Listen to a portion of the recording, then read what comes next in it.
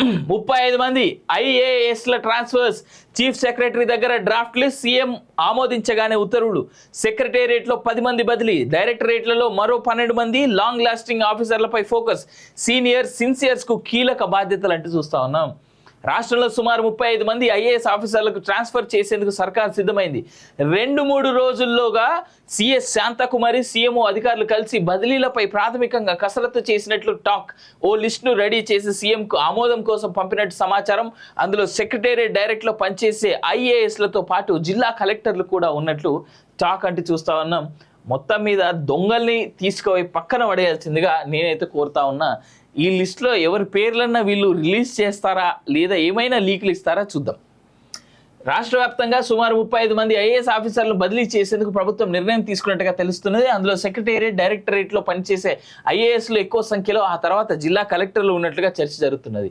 2-3 రోజులుగా CS Shanthakumari, CMO అధికారులు కలిసి బదిలీలపై ప్రాథమికంగా కసరత్తు చేసి లిస్టును రెడీ చేసి సీఎం రేవంత్ రెడ్డి ఆమోదం కోసం పంపినట్టు సమాచారం. సీఎం గ్రీన్ సిగ్నల్ ఇవ్వగానే ట్రాన్స్ఫర్ జీవోలను విడుదల చేసేందుకు సాధారణ పరిపాలన శాఖ రెడీగా ఉంది.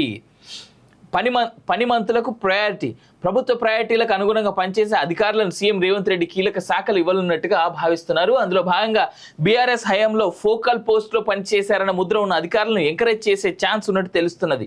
అయితే చాలా ఏళ్లుగా ఒకే శాఖలో పనిచేస్తున్న అధికారులను తప్పించాలని సూచించినట్టుగా సమాచారం. ఆ మేరకు సిఎస్ శాంతకుమారి, సీఎంఓ అధికారులు బదిలీలపై ప్రాథమికంగా కసరత్తు చేశారు. ఆ జాబితాలో 4 స్పెషల్ సిఎస్లు, మరో 4 ప్రిన్సిపల్ సెక్రటరీలు, 2 సెక్రటరీలుగా ఉన్నట్టుగా తెలిసింది. కమిషనరేట్, డైరెక్టరేట్లో పనిచేస్తున్న 15 మంది ఐఏఎస్లు ట్రాన్స్ఫర్స్ లిస్టులో ఉన్నట్టు సమాచారం. కొందరు డైరెక్టర్లను సెక్రటేరియట్ బదిలీ చేసి కొందరు సీనియర్ కలెక్టర్లను హెచ్ఓడీలుగా నియమించే అవకాశం ఉన్నట్టుగా తెలుస్తున్నది. అయితే పనితీరు సరిగా లేని కొందరు కలెక్టర్లపై బదిలీ వేటు పడే ఛాన్స్ ఉన్నట్లు సమాచారం. సెక్రటరీలను మార్చాలంటున్న మంత్రులు, అంటే వీళ్ళకి ఎవరెవరైతే పాతోళ్ళు కంటిన్యూ అవుతా ఉన్నారో, అంటే పాత మంత్రిత్వ శాఖలతో పాటు పాత మంత్రులతో పనిచేసి ఇప్పుడు కంటిన్యూ అవుతా ఉన్నారో వాళ్ళని మార్చమని వీళ్ళ రిక్వెస్ట్ అనమాట.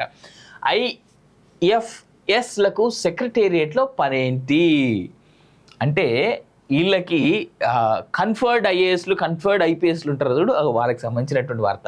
బీఆర్ఎస్ హయాంలో ఐఎఫ్ఎస్ అధికారులకు సెక్రటేరియట్లోని పలు కీలక శాఖల బాధ్యతలు అప్పగించారు.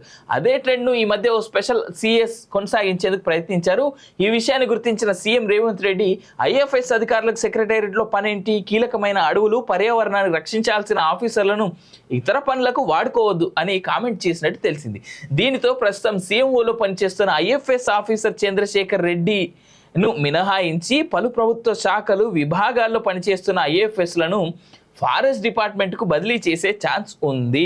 ఇక్కడ మినహాయించినటువంటి వ్యక్తి ఎవరయ్యా అంటే ఐఎఫ్ఎస్ ఆఫీసర్ చంద్రశేఖర్ రెడ్డి.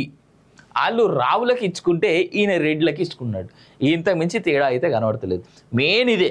అయితే ఒక్క విషయంలో రేవంత్ రెడ్డిని ఏ విషయంలో మెచ్చుకోవచ్చు అయ్యా అంటే, పాతోళ్ళని ఎవరెవరైతే ఉన్నారో బీఆర్ఎస్కి సపోర్ట్గా పనిచేసినట్లని అట్లే పెట్టేసి, అరే బాబు మీరు ఏడికి పోవాల్సిన పని లేదు, మీరు పని చేయండి చాలు అనేటువంటి పంథాల మాత్రం రేవంత్ రెడ్డి ముందుకు పోతున్నట్టు క్లియర్గా తెలుస్తుంది.